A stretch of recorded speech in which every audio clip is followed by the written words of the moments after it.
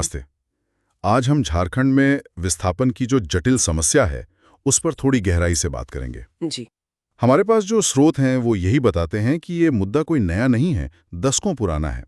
और खासतौर पर औद्योगिक विकास, खनन, जो इंफ्रास्ट्रक्चर प्रोजेक्ट्स हैं हाँ, बिल्कुल। उनसे जुड़ा है। और सबसे ज्यादा असर जाहिर है आदिवासी समुदायों पर पड़ा है। तो आज कोशिश यही है कि इन स्रोतों के जरिए समझें कि असल में कारण क्या है और क्या कुछ समाधान सुझाए गए हैं। चलिए देखते हैं। तो शुरुआत शायद जमीन से ही करनी होगी, है ना? बिल्कुल। हाँ। झारखंड मतलब खनिज संपदा का भंडार। बिल्कुल, कोयला, लोहा, बॉक्साइट, तांबा, क्या नहीं है। हाँ, और स्रोत बताते हैं कि ये कहानी पुरानी है। 1856 से कोयला खनन शुरू हुआ, फिर 1907 में Tata iron and steel company आई जी, टिस्को। और बड़े पैमाने पर भूमि अधिग्रहण का सिलसिला चल पड़ा। फिर बोकारो स्टील प्लांट जैसे बड़े प्रोजेक्ट्स आए। और इन सब में हजारों बल्कि लाखों परिवार अपनी जगह से हटा दिए गए। यही। और दिक्कत ये है, जैसा स्रोत बताते हैं, कि इन विस्थापित परिवारों को अक्सर न तो ठीक से मुआवजा मिला, नई पुनर्वास की कोई ढंग की व्यवस्था हुई, मुआवजा मिला भी तो कितना, कैसे, कब, बहुत सवाल है। और ये भूमि अधिग्रहण की जो प्रक्रिया है उसमें पारदर्शिता की कमी। बिल्कुल। और नीतियां जो बनी भी, उनका कार्यान्वयन मतलब इम्प्लीमेंटेशन वो बहुत कमजोर रहा है। अच्छा। हाँ, जैसे एक नियम है कि अगर सरकार ने जमीन ली और 5 साल तक उसका इस्तेमाल नहीं किया तो वो मूल रैयत को मतलब असली मालिक को वापस मिल जानी चाहिए। ये तो काफी अहम नियम लगता है। तो पर सुनने में यही आता है कि इसका पालन शायद ही होता है। जमीन सालों साल खाली पड़ी रहती है पर वापस नहीं मिलती। तो ये एक बड़ा गैप है, मतलब कागज पर कुछ और, जमीन पर कुछ और। बिल्कुल।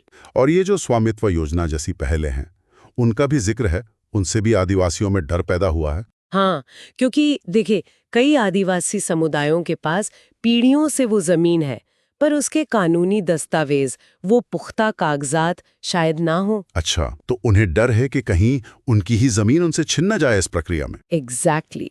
और फिर ये भी है कि उनकी आजीविका ही पूरी तरह जंगल और खेती पर निर्भर है। हाँ, ये तो है। तो जब जमीन जाती है तो सिर्फ घर नहीं जाता, उनकी रोजी रोटी का साधन चला जाता है। और कुछ खास समूह हैं जैसे बिरहोर, सबर, पीवीटीजीज जिन्हें कहते हैं। हाँ, पर्टिकुलरली वल्नरेबल ट्राइबल ग्रुप्स, उनकी स्थिति तो और भी दयनीय है।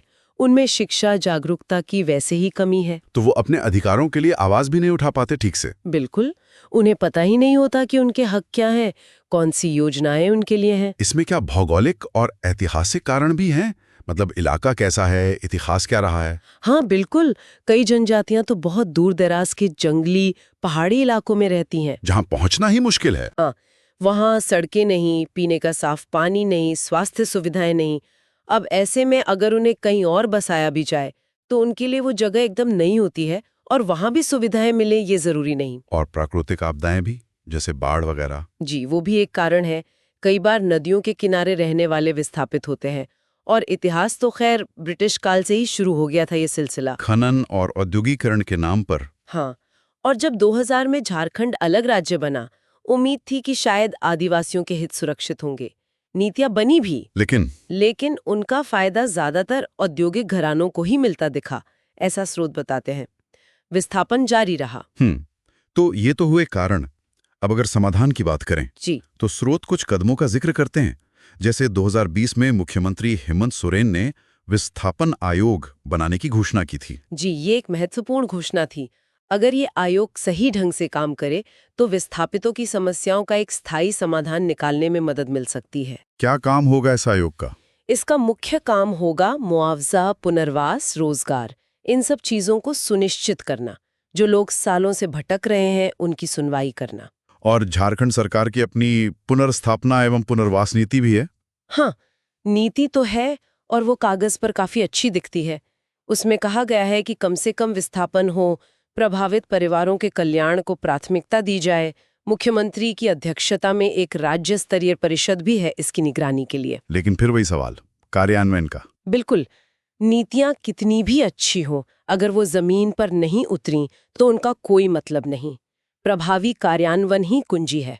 और वो जमीन वापसी वाली बात, जो 5 साल इस्तेमाल ना हो। हाँ, स्रोत कहते हैं कि उस नियम को सख्ती से लागू करना चाहिए। ये एक बड़ा कदम हो सकता है विश्वास बहाली के लिए। और कानूनी सुरक्षा, जैसे आदिवासी भूमि अधिकारों की रक्षा के लिए जो कानून है। जी, जैसे संविधान की 6ठी अनुसूची है या पेसा एक्ट है, panchayat extension to scheduled areas act. ये कानून आदिवासी क्षेत्रों में ग्राम सभाओं को मजबूती देते हैं, उन्हें अपने संसाधनों पर अधिकार देते हैं। इनका कड़ाई से पालन होना बहुत जरूरी है। शिक्षा और जागरूकता पर भी जोर दिया गया है, खासकर आदिवासी महिलाओं के लिए। मैंने कहीं पढ़ा था 2011 के आंकड़े बता रहे थे कि उनकी साक्षरता दर सिर्फ 46.2% थी, जबकि सामान्य महिलाओं की 55.4%। हाँ, ये बहुत बड़ा अंतर है। जागरूकता अभियान चलाने होंगे ताकि उन्हें उनके अधिकार पता चलें, सरकारी योजनाओं की जानकारी मिले, वो खुद खड़ी हो सकें। और जब जमीन चली जाती है तो वैकल्पिक आजीविका की जरूरत पड़ती होगी। बिल्कुल, स्किल डेवलपमेंट यानी कौशल विकास बहुत जरूरी है। स्रोत कुछ उदाहरण देते हैं, जैसे कोरबा और असुर जनजातियों में कृषि और बागवानी को बढ़ावा देना, या वीवी गिरी राष्ट्रीय श्रम संस्थान है, उसके माध्यम से ट्रेनिंग देना।